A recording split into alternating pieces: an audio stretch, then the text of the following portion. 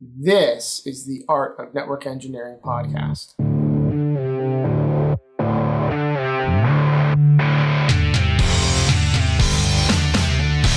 this podcast, we'll explore tools, technologies, and talented people. We aim to bring you information that will expand your skill sets and toolbox and share the stories of fellow network engineers. Welcome to the Art of Network Engineering. I am AJ Murray, and you can find me at all things online at NoBlinkyBlinky. I am joined this evening by Kevin. He is at Adjacent Node. Kevin, good to see you. It's been a while. I'm almost stumbling through this because it's been so long since I've recorded an episode.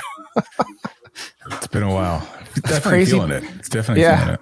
It's a little rusty. Little rust on there. Gotta scrape that off and throw a little WD-40 on this thing. My goodness.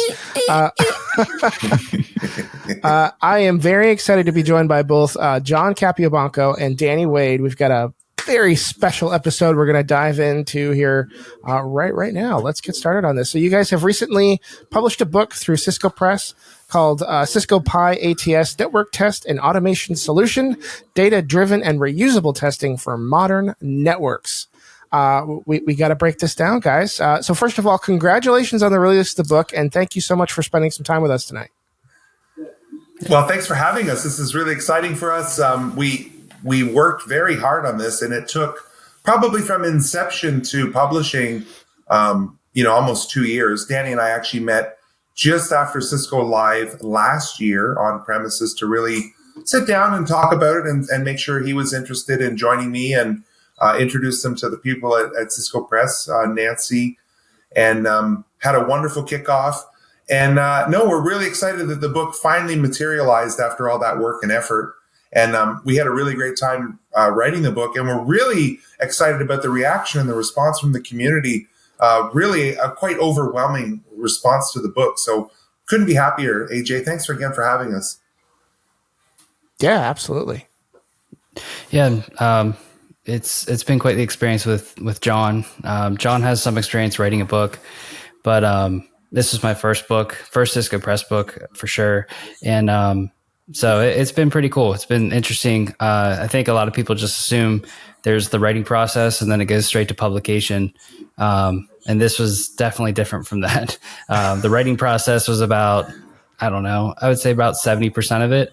And the last 30%, I would say, is almost tougher than the writing process, just because of the amount of edits and different level of edits. So you have your technical edits and grammar and so forth. So it was very interesting going through the whole writing process, but it was awesome doing it with someone like John. Nice. That's great. So let's start at the beginning. What is PyATS? First of all, is that how you pronounce it? PyATS? Okay. Yeah, so here's the first mistake people make is they call it PyATS. That's what I've been calling it for the last couple of days, so thank you. Yes. So, no, don't feel bad. I went around, honestly, 6 months of making YouTube videos and public, all kinds of stuff, and I called it PyATS to the point that Cisco DevNet reached out, some of the developers, and said, listen, don't get us wrong. We love your enthusiasm. We love seeing the tool out there. Could you get the name right? So it is actually Python Automatic Testing Solution is what it stands for, PyATS or ATS.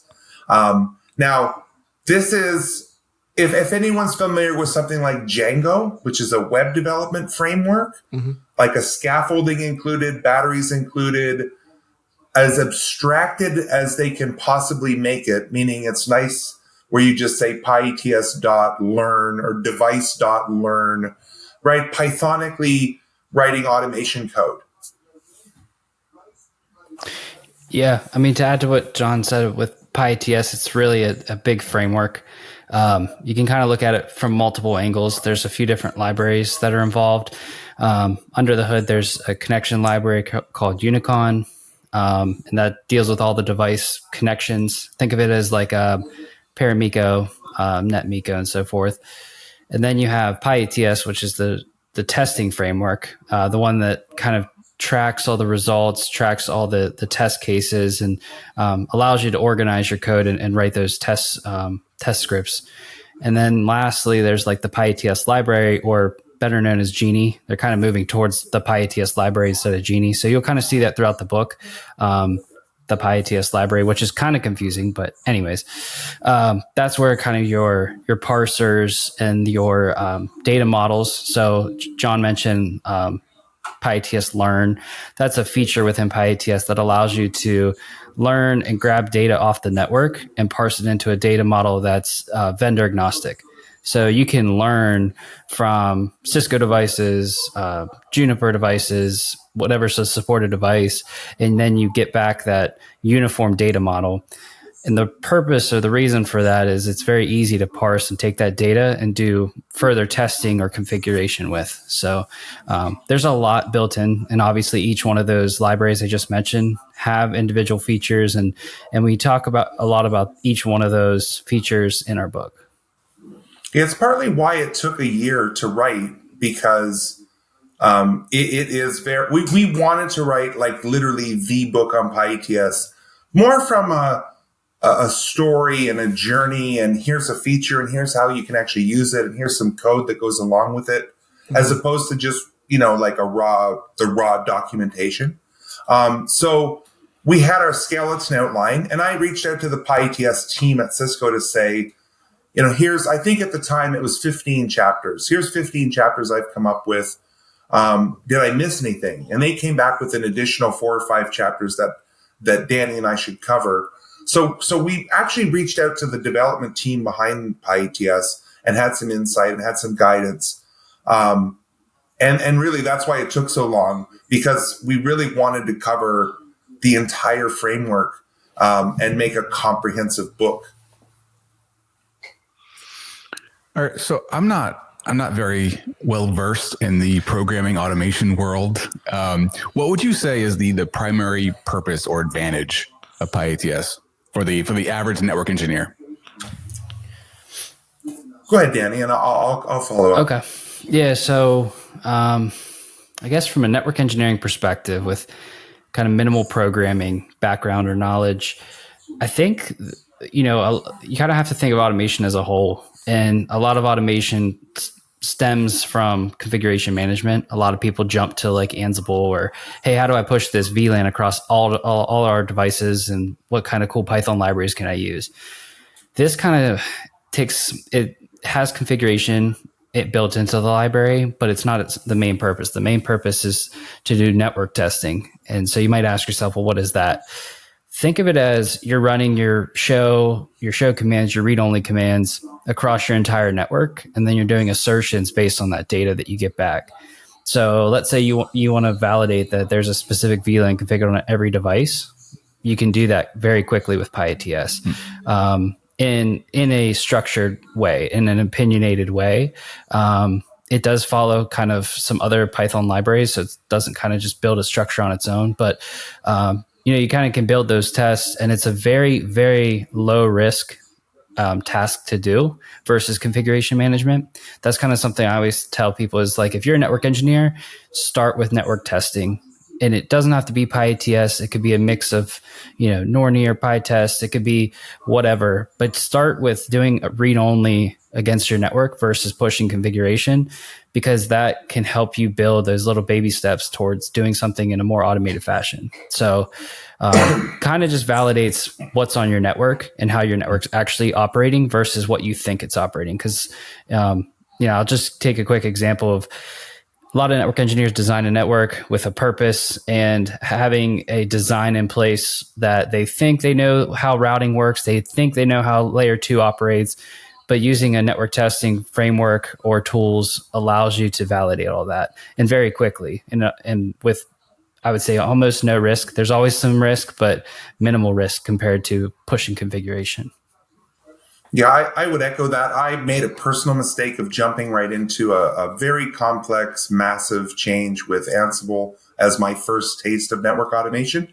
And that actually soured me on the whole deal of Agile and CI/CD and NetDevOps. And I was soured on it for a few weeks after my first experience, because I chose to maybe overestimate how easy it would be to make a massive config change as my first, and my organization and my team's first experience. I like what Danny's saying here. And the other thing is, given its automation, there's certain things that you just I don't think would be a good use of a human's time, right? So let's take input discard, CRC errors, half duplex. Do I have the right descriptions on the right interfaces? Now think about that at scale. Some of our devices are stacks of switches with hundreds of ports. And now we think of that across the enterprise. You know, you're never going to log into each device and see how are my counters doing, right? With a simple PyATS job, well, there's 16 or so different counters you can test with PyATS Learn interface. And that's as simple as it is. One step to connect to your test bed, and we'll talk about test beds in a bit. So your test bed is your topology, all your devices that you describe. And so you go ahead and connect to them. And then you write some simple tests. They're like 2 or 3 lines per test. Get the CRC errors on this interface. And if they're greater than a threshold or 0 or whatever, fail the test. Mark it as failed. So then at the end, there's a log viewer that's an HTML page that will show you the results of your job. And you quite literally see green, red. Okay, that interface has CRC errors. That interface is half duplex. This interface has a description that doesn't match my intent.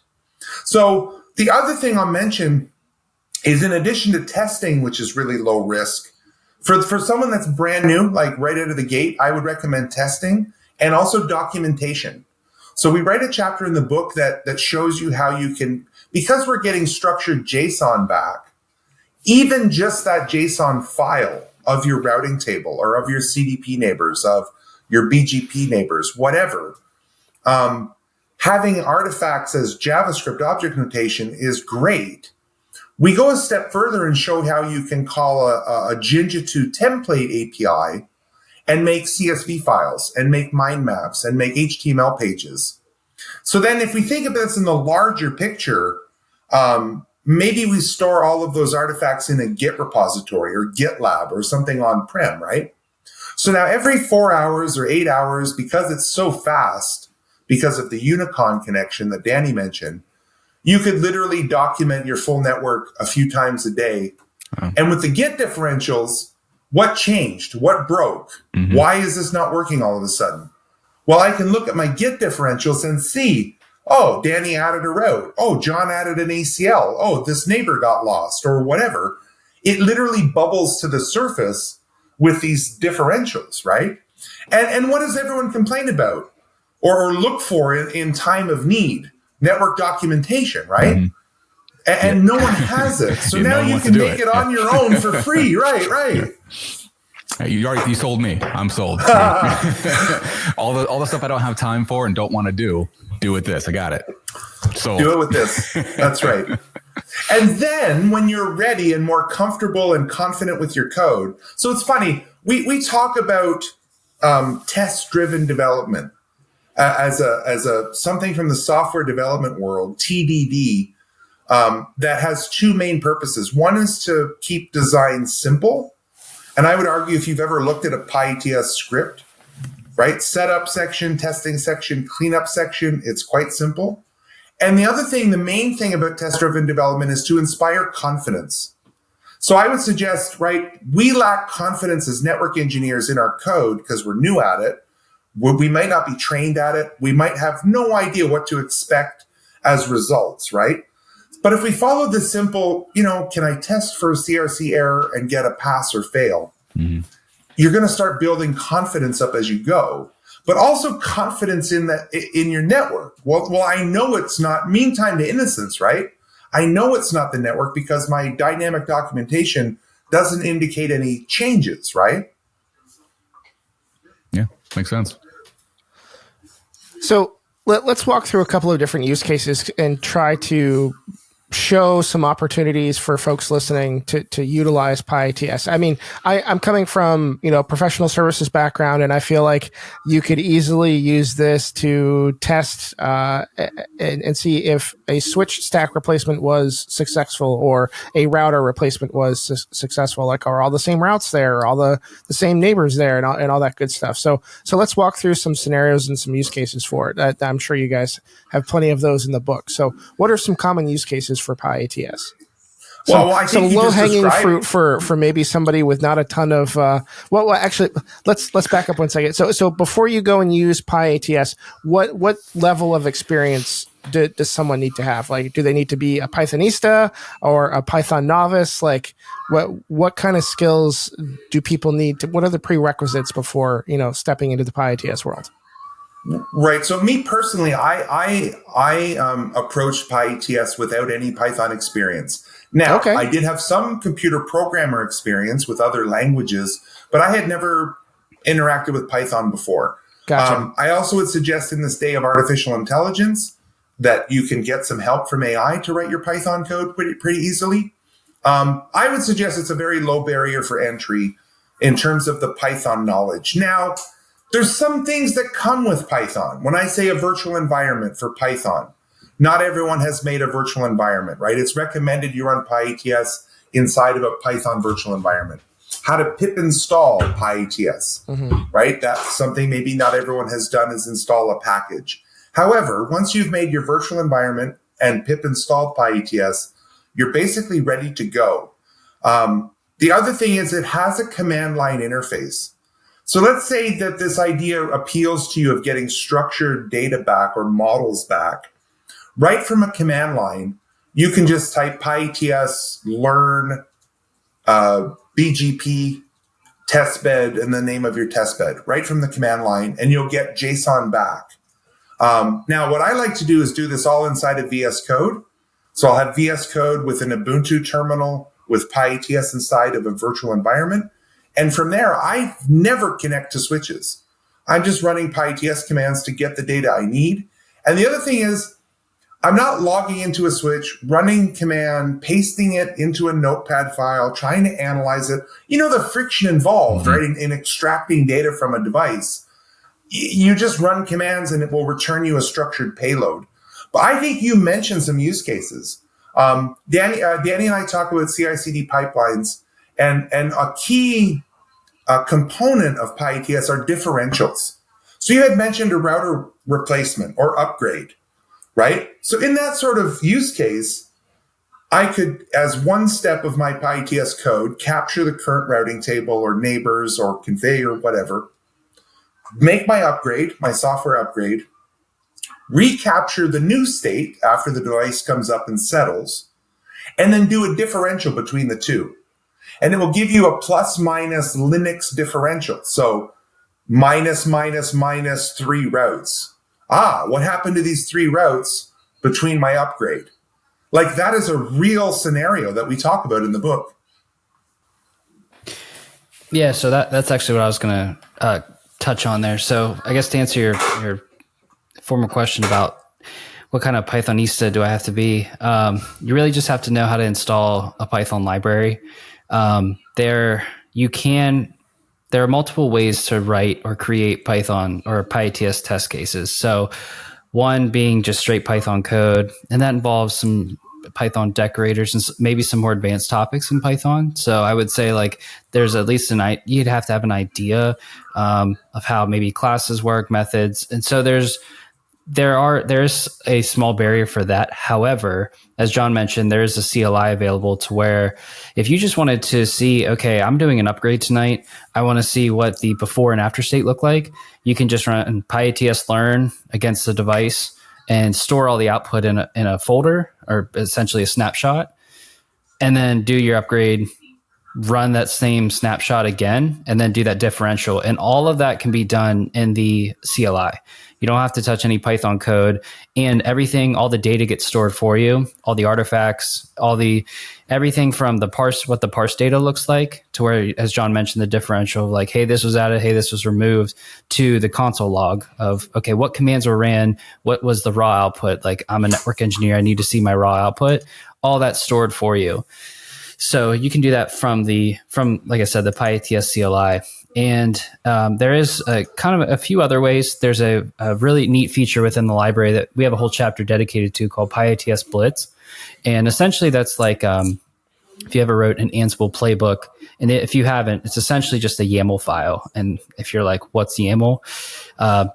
If you take a quick look at an example, you'll quickly understand how easy it is. It's not a programming language in any way. But essentially you build a YAML file that's very human readable, and you could just declare your test cases through that. So PyATS Blitz is another very low hanging fruit, easy to just get up and running. And you can take advantage of PyATS Learn and all these different things we're talking about on top of creating test cases. So you could do assertions if you're looking for a particular value, before and after that upgrade. Yeah, and I just the other thing I want to add is that there is an entire chapter about REST APIs, and there's sort of two sides to this coin. There's the APIs that are within PyATS, and we cover quite a few of those API examples.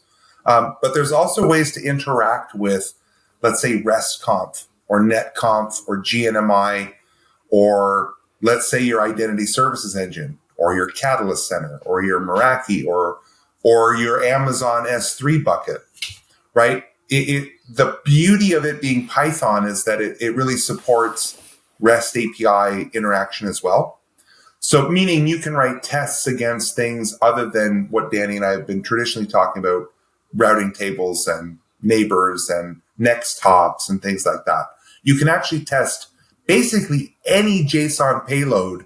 The key or the key value pair can be tested with PyATS. Yeah, that was going to be my next question about how does it integrate with other automation systems that are already existing out there.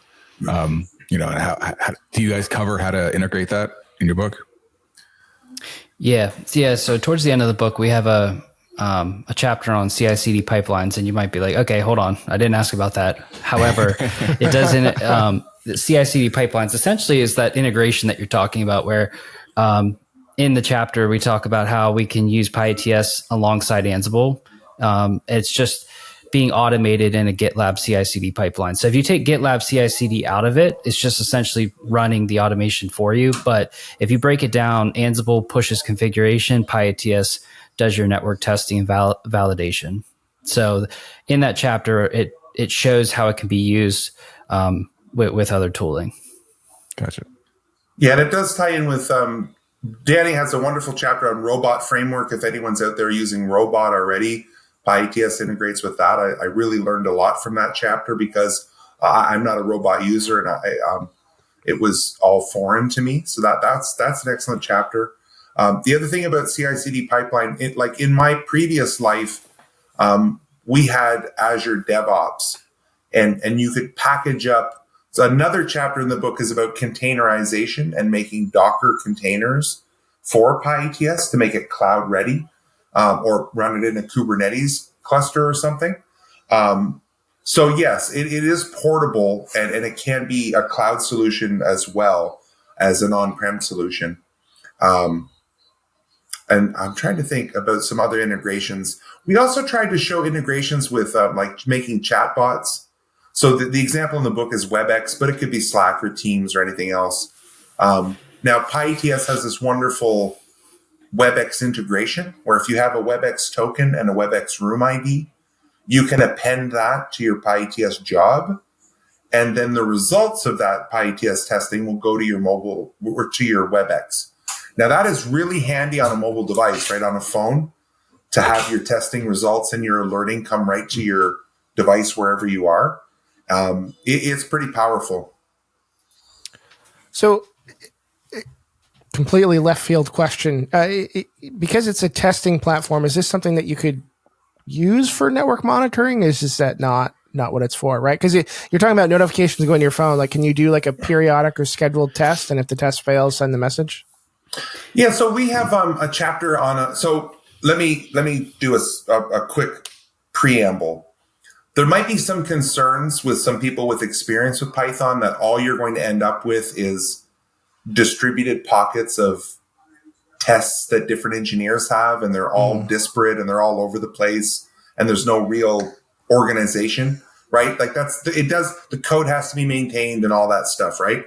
So we wrote a chapter on a tool called Expresso, and Expresso is free, just like PyATS is free from Cisco. And Expresso is a container that you can run that lets you centralize and schedule and integrate with WebEx and other platforms as a central GUI-based dashboard tool. So that chapter was quite difficult because it was a lot of screenshots and you know, I really wanted to make it palatable for people, because once you started with a few tests, like you said, well, that test was great. I would love to run that every 5 hours. Like, why wouldn't I want to know if a description got changed or if I started to get discards on a port or something, right? So I wouldn't say monitoring, but continuous testing. Mm-hmm. So yes, you can enable the continuous testing, which kind of is a monitoring in its own way, right? But it's not monitoring in that we're getting telemetry and making visual dashboards out of it, right? Sure. Right. Yeah, I would say it more complements your monitoring tool. It wouldn't replace your SolarWinds or whatever you have for monitoring. But, you know, John mentioned Espresso.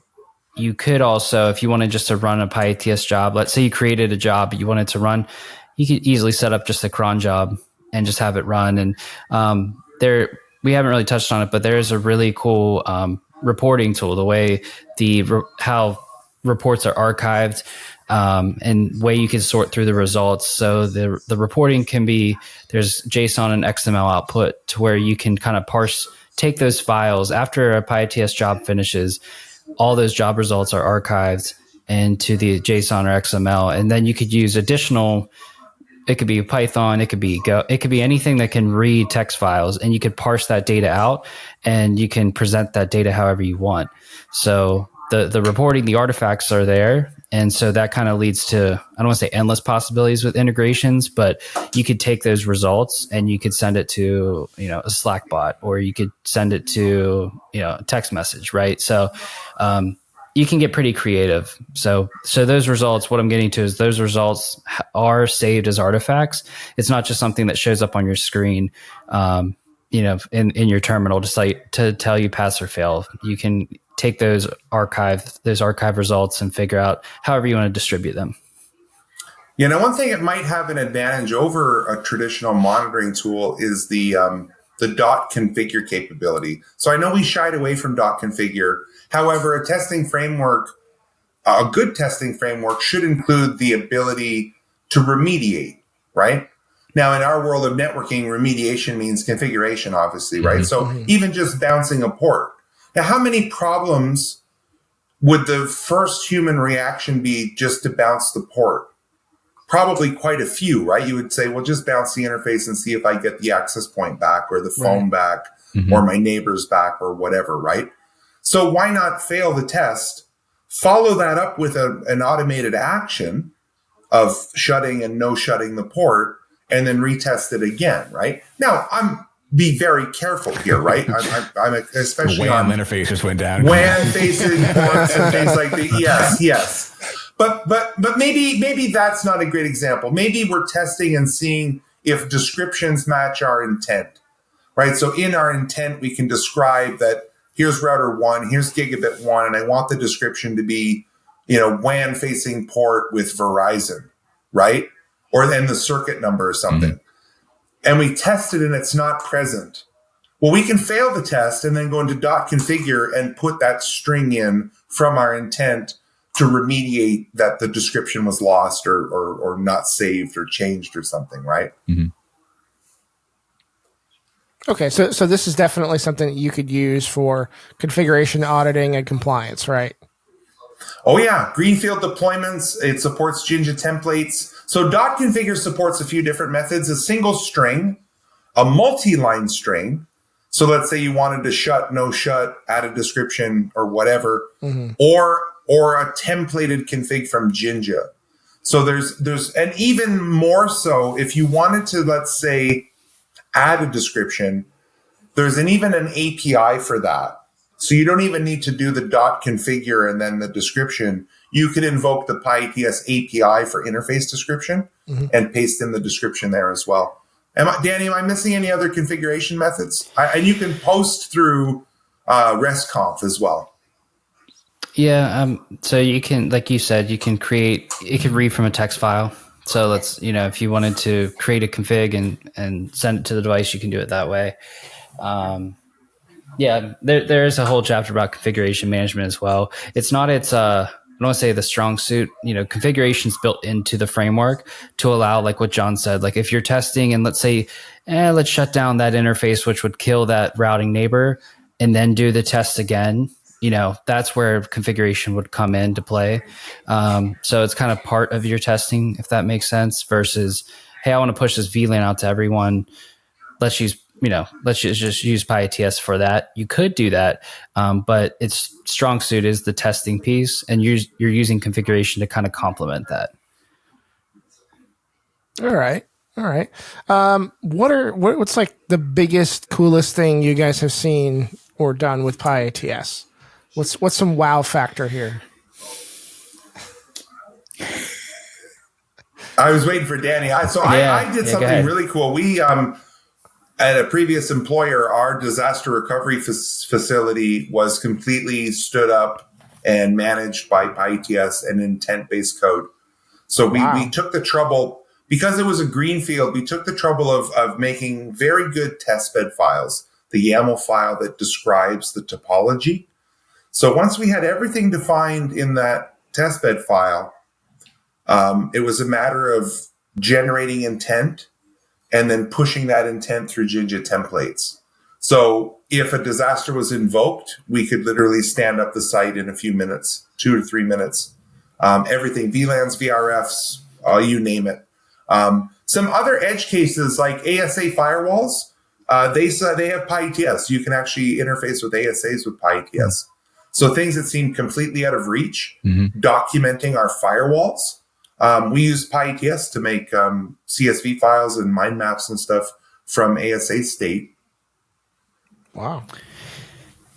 Yeah, I would say probably, so work-wise, I've helped clients build test cases where they may do, a routine site upgrade or like kind of what we were discussing before, where you're doing like hardware upgrade or so forth. And, they had a list of checks, like run these show commands or run these certain commands and verify these lines are there. There's no input errors. There's no this, there's no that.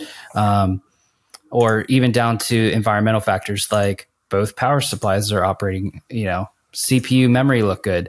All that can be accomplished with PyATS. So, I've helped build test cases and tests to kind of be able to validate all of that.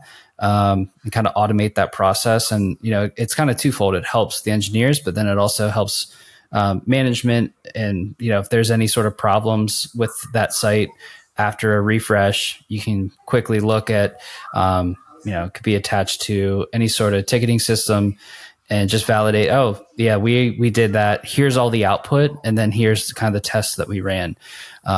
So I've done stuff like that, but honestly, the coolest thing I would say is probably writing that CI/CD chapter and being able to see how it can complement other tools. Because I'm kind of in the mindset of every tool has its purpose, and doing something really well is better than trying to do everything subpar.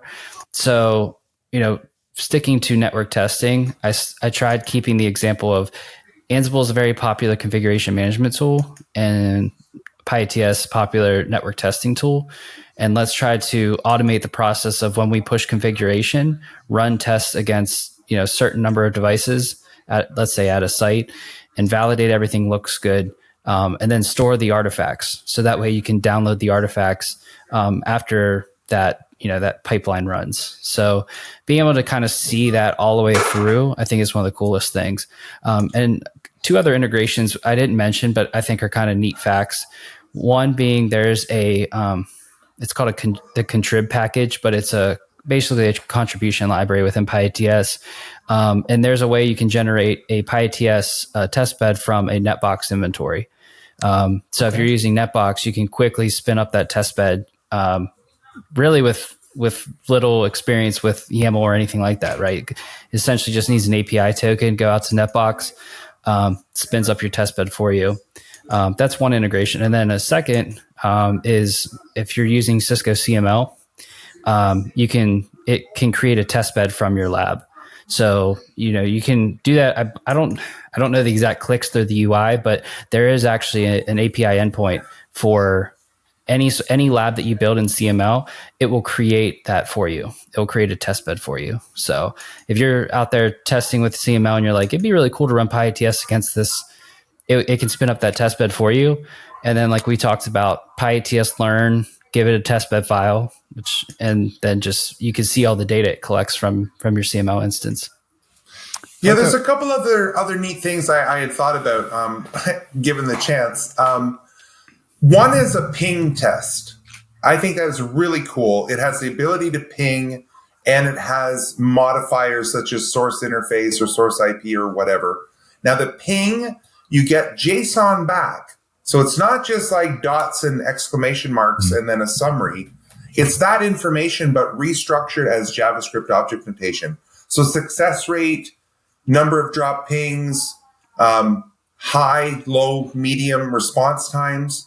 So you could have these little probes, and once let's say you set a threshold of, I'm just going to say 30 milliseconds or 10 milliseconds. If I cross over that threshold with my ping response, fail the test. I know this link is congested or there's something going on with connectivity.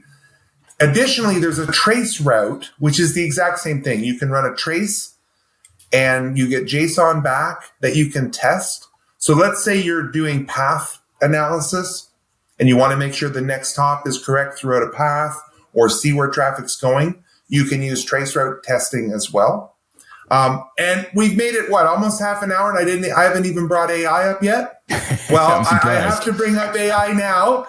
There is a chapter in the book. So this is the coolest thing. I will show you in the book how to take PyATS and ChatGPT APIs or another Python framework known as LangChain. So we can use frameworks complement each other. So the PyATS framework to get the JSON data, to load it into a LangChain so we can chat with things.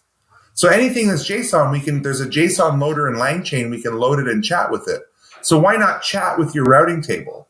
And I've done many, many examples of this, right? Do that process and then say, what is my default route? If I was a packet going to this IP, what interface would I use? You just chat with it, right? So that is probably the coolest thing I think that I've personally done with PyATS is actually incorporate it as a foundation layer for artificial intelligence. Yeah, I was going to say, like, testing isn't sexy. Like, it's a hard question, AJ's question about, like, what's the coolest thing? Because testing in itself is not sexy. It's all the stuff that isn't really, really important for, especially if you're in operations doing the work. The testing is invaluable, but to say like what's the coolest thing. So I'm glad you brought up the AI integration because it's a hard question.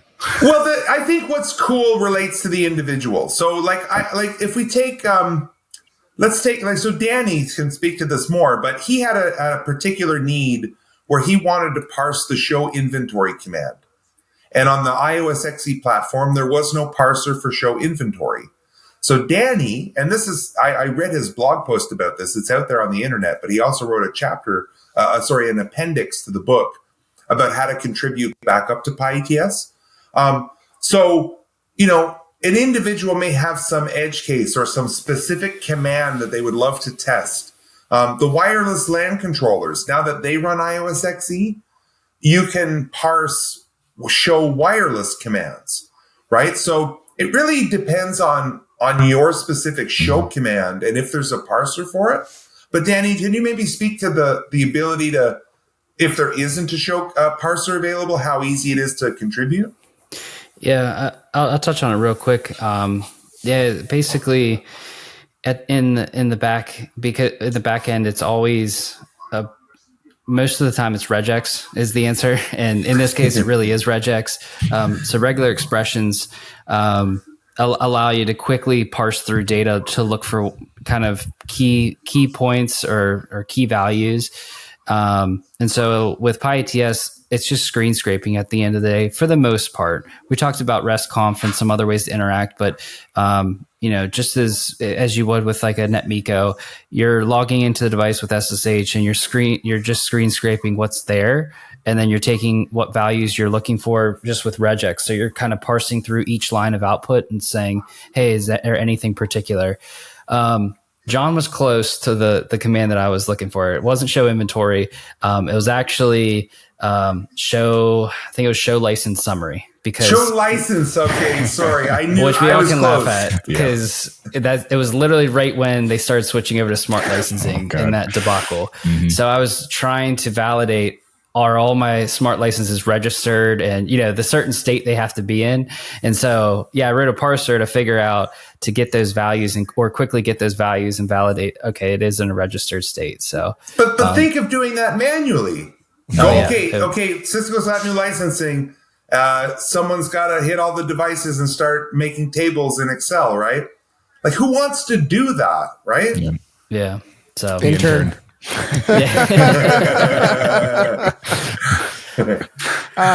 Earlier in chat, Dan said that I think tools like this make documentation gathering and inventory tasks far more interesting and likely to get performed. Once we have an easy, repeatable way to retrieve the data, we're more likely to do it. And I mean, I can't agree more. And just like you guys mentioned, like who, when you have free time, sits down and thinks, I want to document now? Because it's, as you said, previously been a very manual process. So this is a great solution to that. Gentlemen, if you don't mind, I want to pivot a little bit to the writing process and what it's like to go through and write a Cisco Press book. Danny, from one blogger to another, how does this compare to writing a blog? So it's kind of interesting. It's funny you asked that because that was one of the first hurdles I kind of had to get over was you want, at least for me, and this is just from my personal experience, I felt like I still needed to put my voice in there. A little bit, but I obviously couldn't be. I had to be a little more formal than some of my blogs. Sure. Because you can't throw in any sort of emojis or memes or anything into a Cisco Press book. I think it'd be better, honestly. Unfortunately, yeah. Reach a new audience.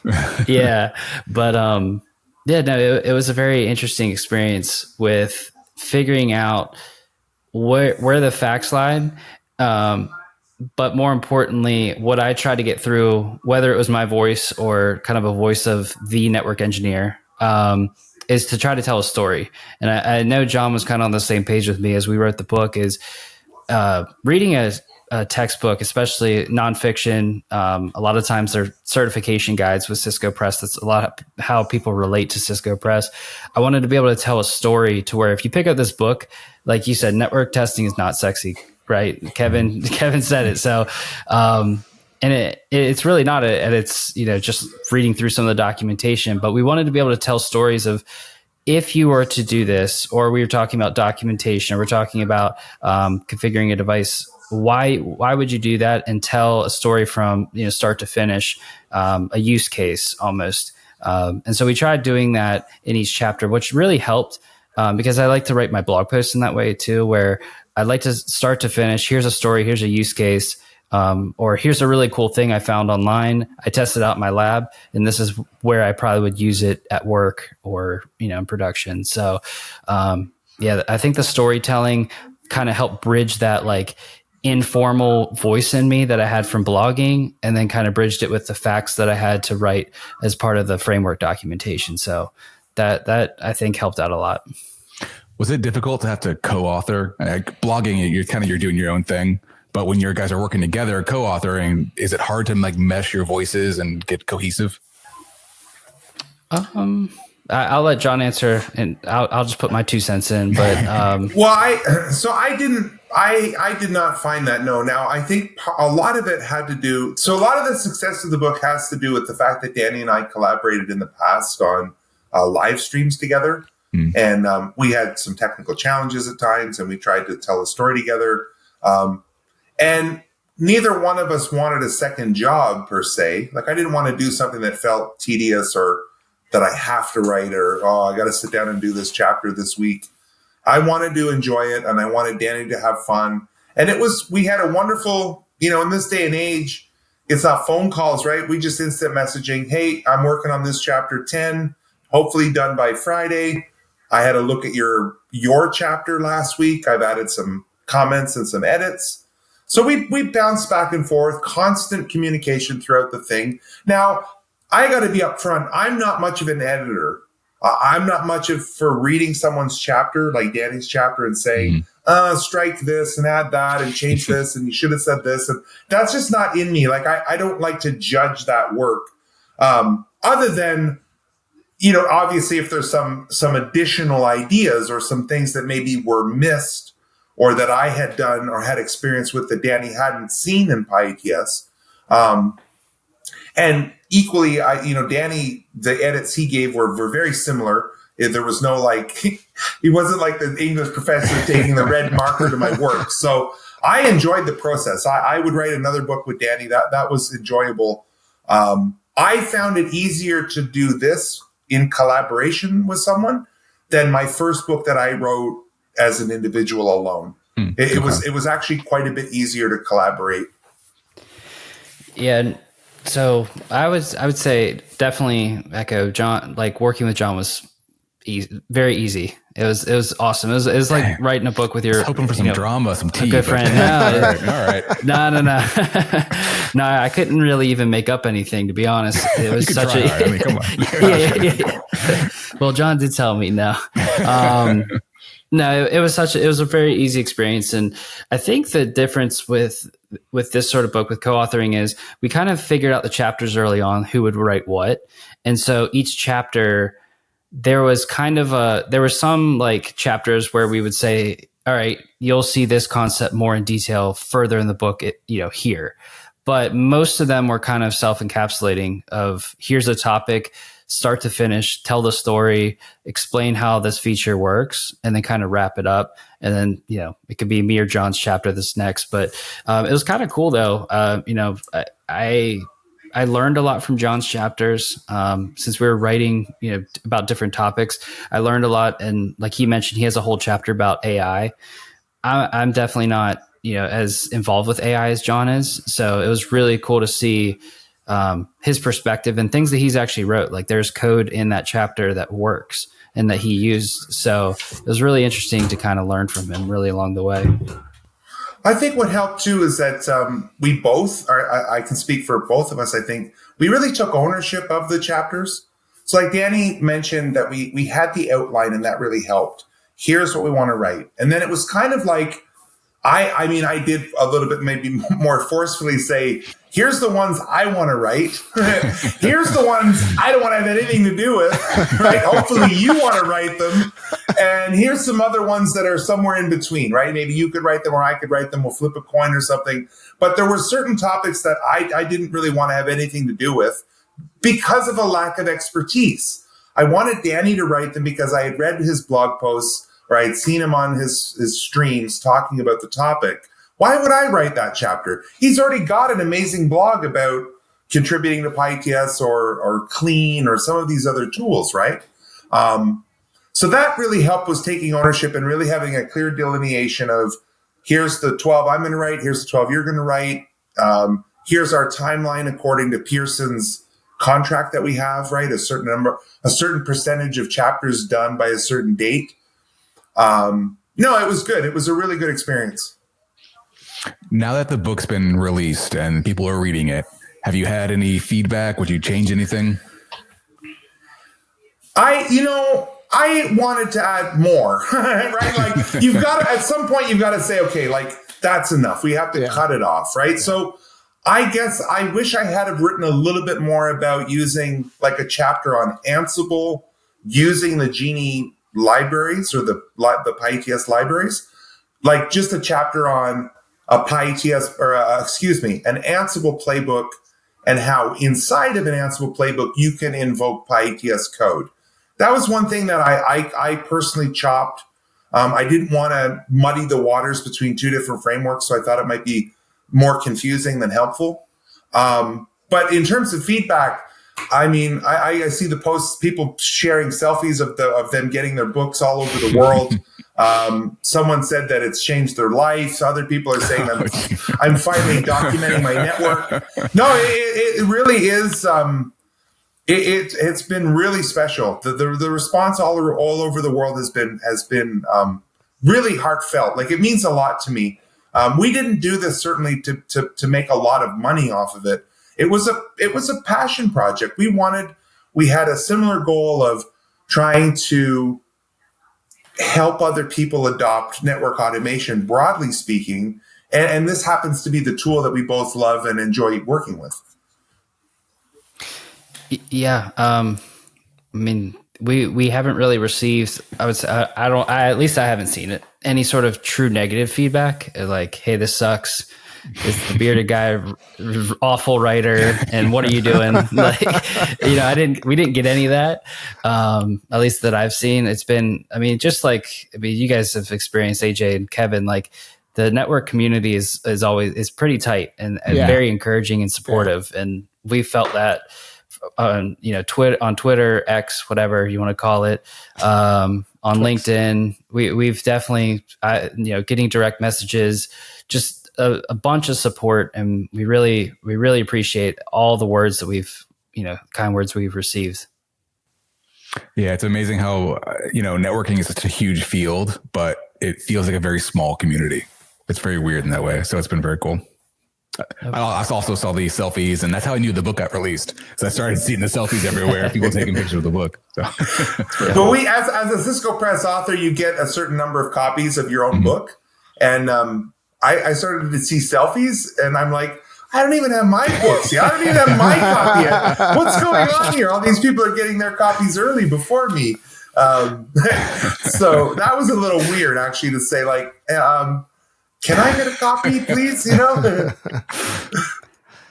I'm excited. I haven't read the book yet. I do plan to read the book. I think things like this break down barriers, right? Like you guys are providing a very instructional book on how to utilize PyATS, why you would want to, and how to go about doing that. Whereas, when something like this first comes out, there's early adopters, there's people who really understand Python and programming and can look at something like this and say, okay, I know how to use this. Whereas, you have some more novice people that could really use something like this, but they don't know how to get started. And you guys are doing that for us. And so on behalf of the network engineering community, thank you so much for, because honestly, like while I was doing the pro services stuff, I looked at PyATS. I'm like, oh my God, this could like do so many things for me. And I'm like, I don't know how to do this. Well, it's a very, within the niche of networking, right? The even smaller niche of automation, and now an even smaller niche of PyATS. Now, I don't know, I think I can say this now, actually, the fear of reprisal. I don't think Cisco's done a very good job advocating, promoting, marketing, letting people know that there is PyATS. Mm-hmm. Now, it's not a revenue generating thing for them, right? So, sure. Right, they're going to lose money for all the marketing they put in behind some big PyATS tour, right? So it's almost a word of mouth tool, or as you start searching for network automation, maybe you stumble across some blog or some video or something mentioning PyATS. I know Danny and I have been talking about it nonstop since about 2019, but we're just a couple of people, right? Like we don't have that much influence. So I'm hoping that an actual Cisco Press book, right, with the name on the cover of the book will help people understand that, hey, wow, Cisco has an automation framework in Python. Cool. And it's free and it's relatively easy to use. So I sort of wanted to popularize Ansible with my first book. Mm-hmm. And now I have a similar goal of trying to popularize PyATS, let's say. Very good.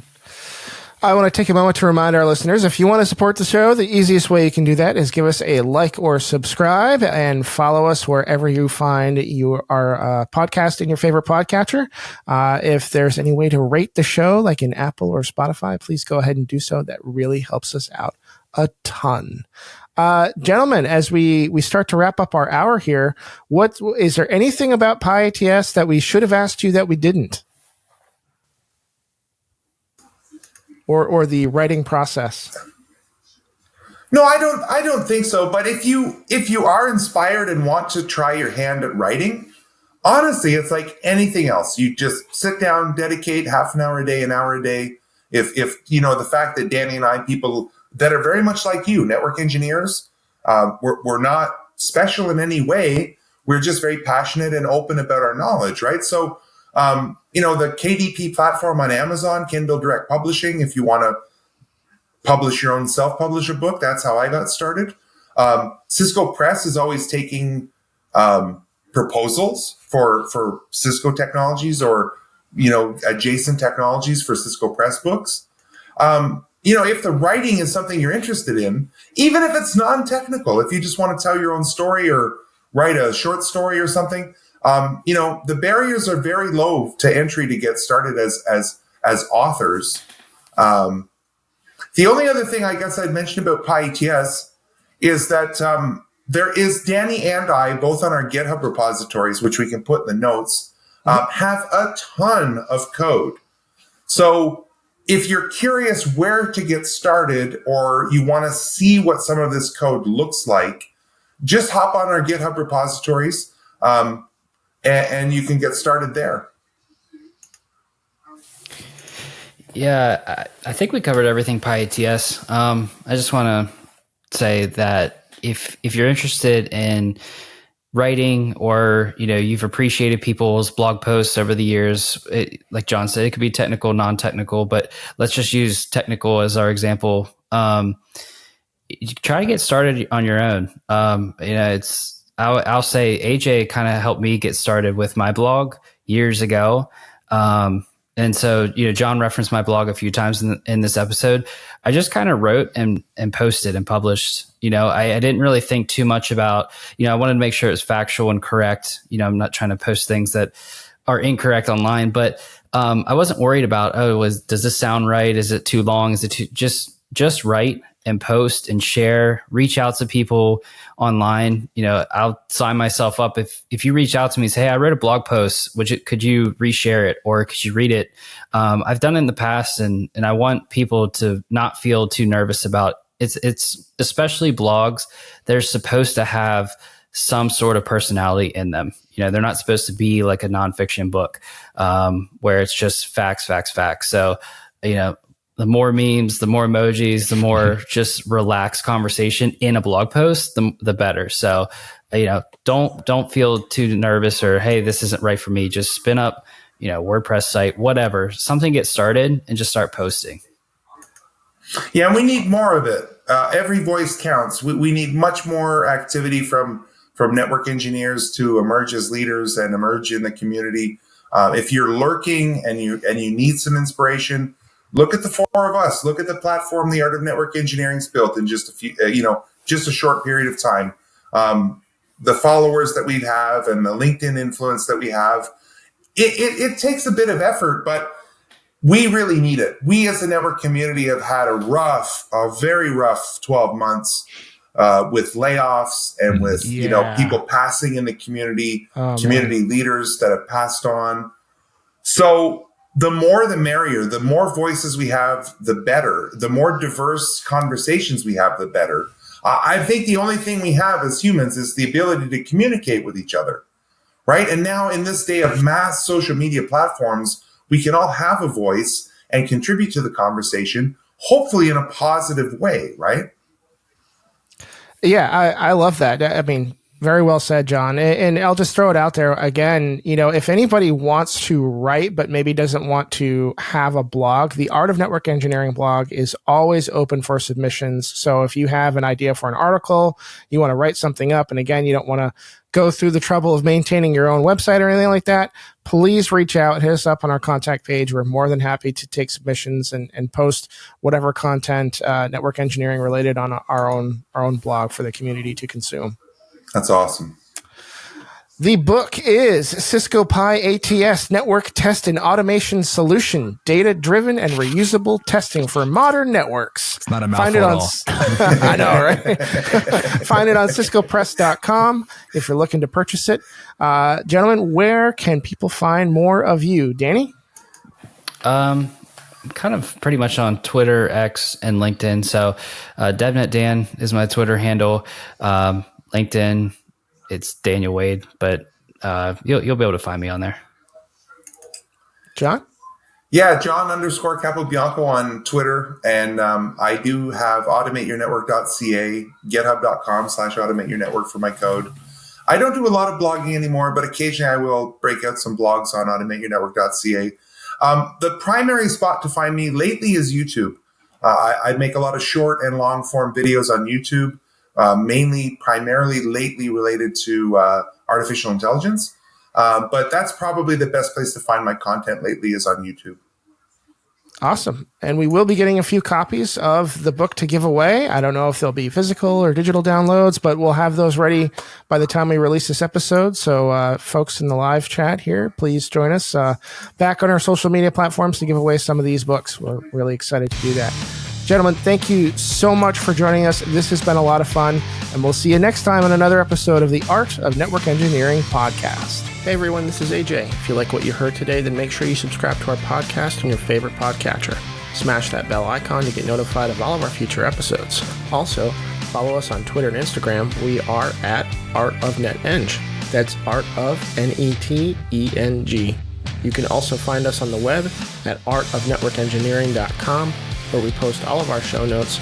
You can read blog articles from the co-hosts and guests, and also a lot more news and info from the networking world. Thanks for listening.